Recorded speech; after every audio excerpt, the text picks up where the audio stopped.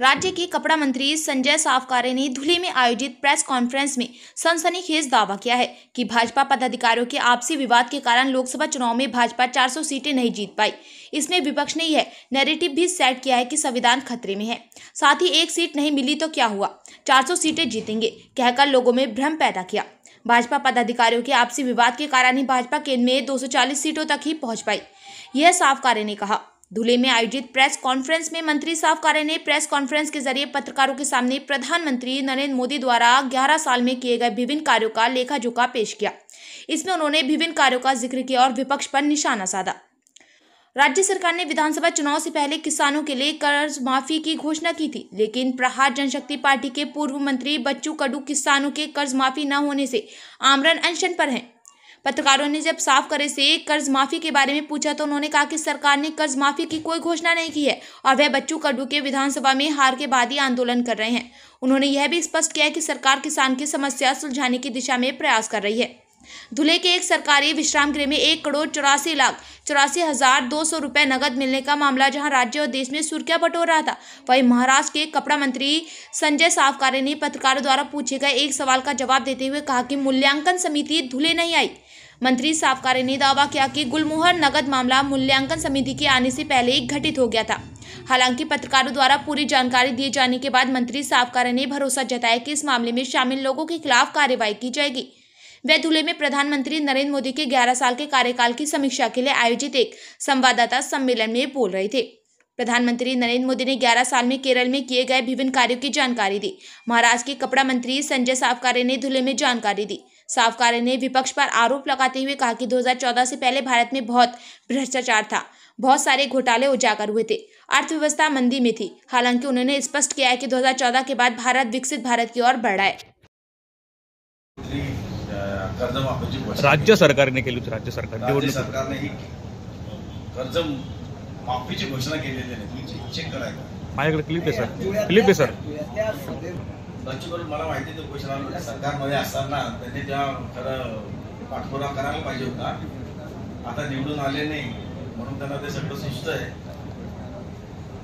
पण असं मला तरी वाटतं की अशी घोषणा कर्ज माफीची पूर्णपणे केलेली नाही। शेतकऱ्यांचा मालाला हमी भाव मिळाला पाहिजे।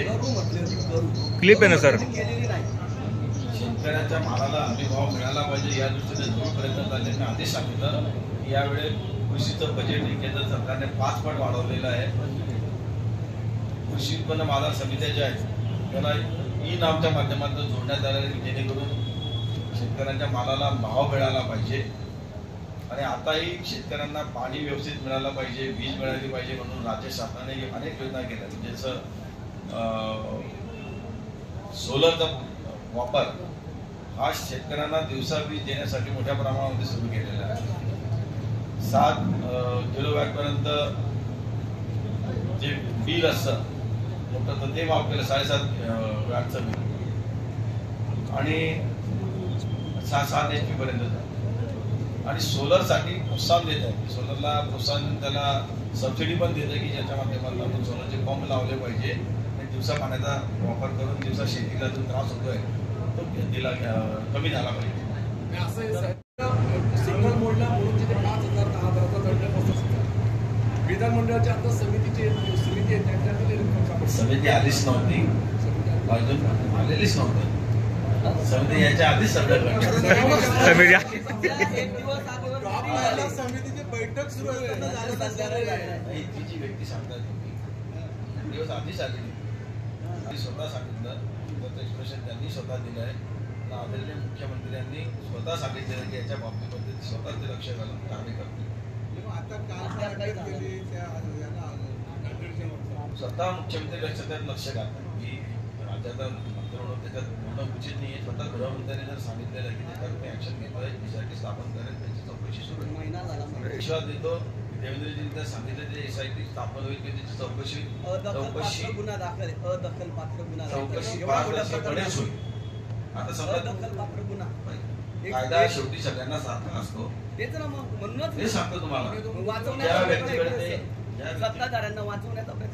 ज्या व्यक्तीकडे ते पैसे सापडले त्याने जर इन्कम टॅक्सचे प्रूफ दिलं तुम्ही काय करू शकणार? अहो पण साधारण भांडण झाली ना अशी साधी तरी गुन्हा कायदे 7 सारखे गुन्हे दाखल होता त्या एवढ्या गोष्टीसाठी कायदे जो दाखल होत पत्रकार नाही. आहात, तुम्हाला माहिती आहे की त्याने जर प्रूफ दिलं तर त्याचं काय करू शकणार? आता SP साहेबांचं statement आहे, आजचंच बरोबर. आम्ही हे केलेलं आहे.